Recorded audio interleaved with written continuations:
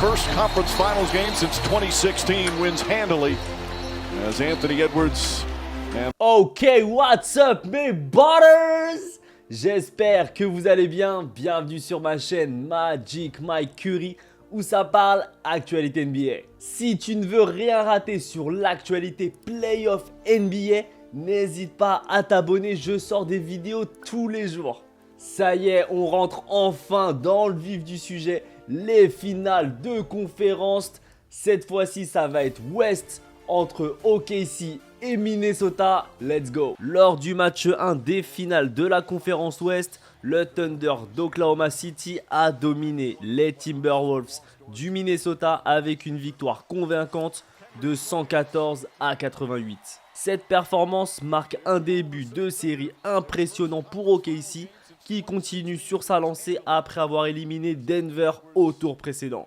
Menés 48-44 à la mi-temps, les joueurs du Thunder ont renversé la situation grâce à une seconde période explosive remportée 70 à 40. Shai Gilgeous-Alexander a été le principal artisan de cette remontée, inscrivant 20 de ses 31 points après la pause, tout en ajoutant 9 passes décisives et 3 interceptions sans commettre la moindre perte de balle. Jalen Williams a apporté un soutien précieux avec 19 points et 8 rebonds. Collectivement, le Thunder a affiché une adresse remarquable avec 50% de réussite au tir et 52,4% à 3 points. Les Timberwolves ont bien entamé la rencontre, notamment grâce à Julius Randle, auteur de 28 points. Cependant, l'équipe a connu une baisse de régime en seconde mi-temps.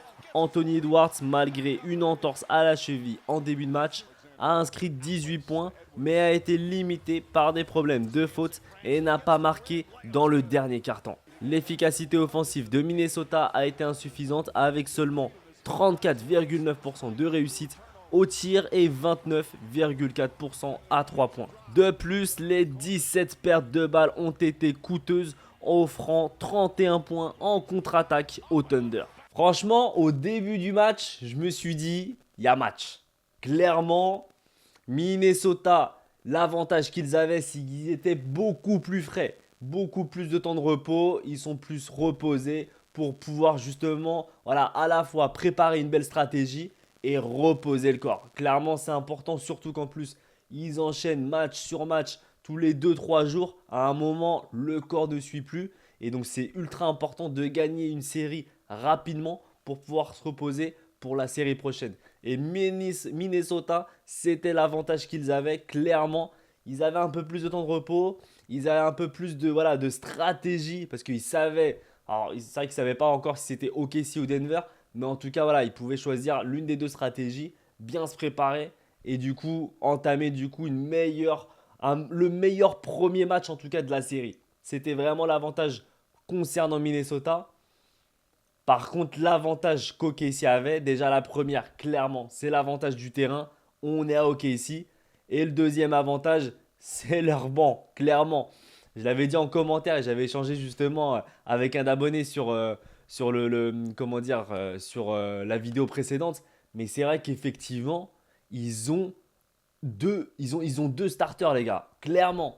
Quand tu vois qu'alors, deux têtes, mais ils ont SGA, Chet Holmgren, Jalen Williams, Isaiah Hartenstein.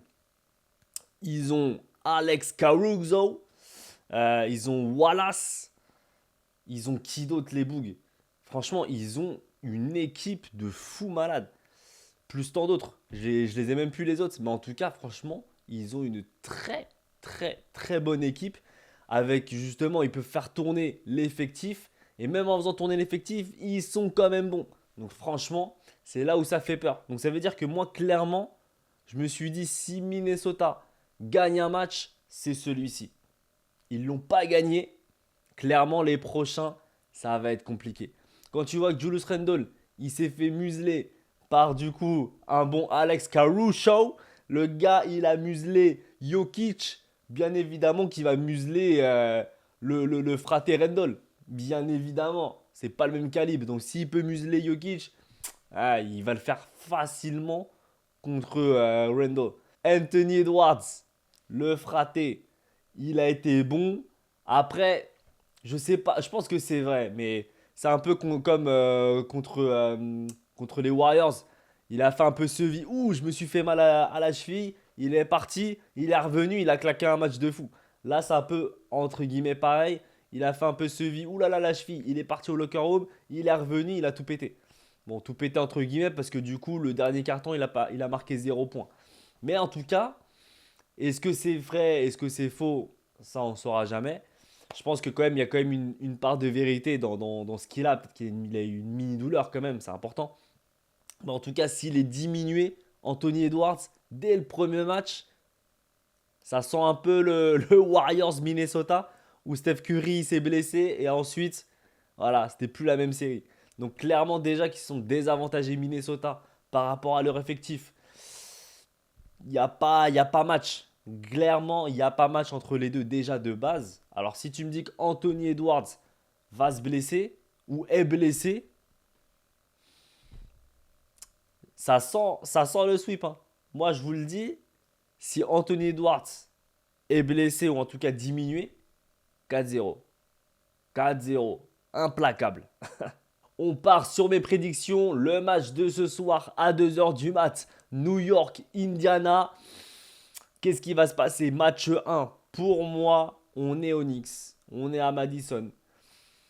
On a l'effectif des Knicks qui sont en puissance. On a remarqué qu'au Madison Square Garden, clairement, il y a une folie. Là, c'est les conférences, les finales de conférences. Ça va être énorme. Mais quand je vous dis ça va être énorme, déjà qu'avant, pour eux, c'était historique. Déjà, que les Knicks aillent en demi-finale de conférence. Déjà, c'était historique. Il y avait un parterre de stars. C'était chaud bouillant. Les fans des Knicks, ils sont en fuego. Les vrais fans, hein. Pas les faux fans. Des fans qui sont là pour manger du popcorn, qui donnent pas de hype. Nul de ouf. Mais par contre, il y en a, c'est hardcore. Les gars, ils vivent le match. Je pense qu'ils vont donner de la voix. On est en finale de conférence. Clairement, s'ils gagnent les finales New York, ça va être une folie. Dans tous les cas, que ce soit Indiana ou New York qui gagnent déjà ces finales-là, qui gagnent la série, je parle bien, ça va être incroyable parce que déjà Indiana, je crois, n'a jamais gagné les playoffs. Alors déjà, s'ils gagnent les playoffs, incroyable. Et New York, c'est depuis 1979. Et en plus, petite anecdote, c'était du coup le père de Bronson qui était dans l'effectif des New York Knicks lors de la dernière victoire de New York. Si ça, c'est pas un signe, les gars, si ça, c'est pas un signe, moi je vous le dis, les Knicks vont remporter la série, déjà.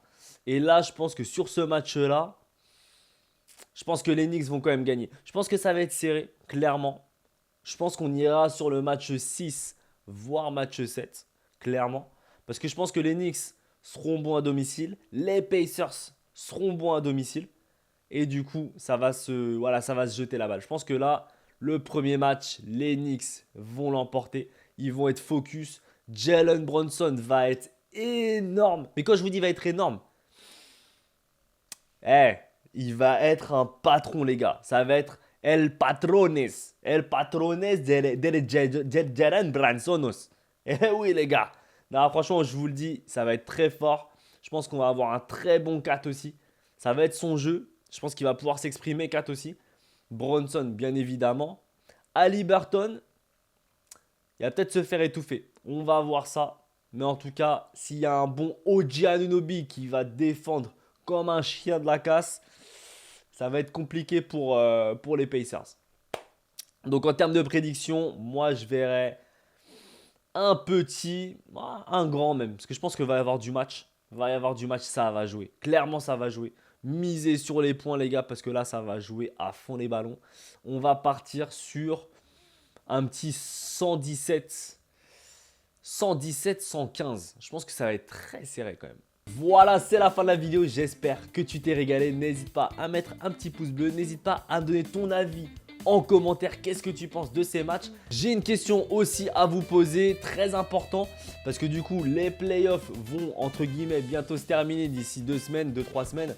ça sera terminé. Je voulais vous poser la question, est-ce que pour vous, ça vous intéresserait ce que je commence du coup à parler de la WNBA, donc la NBA féminine? Parce que c'est vrai qu'il commence à avoir une hype du coup avec tout ça, les Caitlin Clark, toutes les autres, parce que j'ai pas tout le monde. Mais en tout cas, je trouve qu'il y a une vraie hype sur la WNBA. Je trouve que en vrai, moi, j'étais pas forcément intéressé. Je suis transparent par rapport à la WNBA avant. Et depuis peut-être, allez, max 1 an ou 2, je commence à m'y intéresser. Et je trouve que franchement, c'est intéressant. Il y a des beaux matchs, ça joue bien.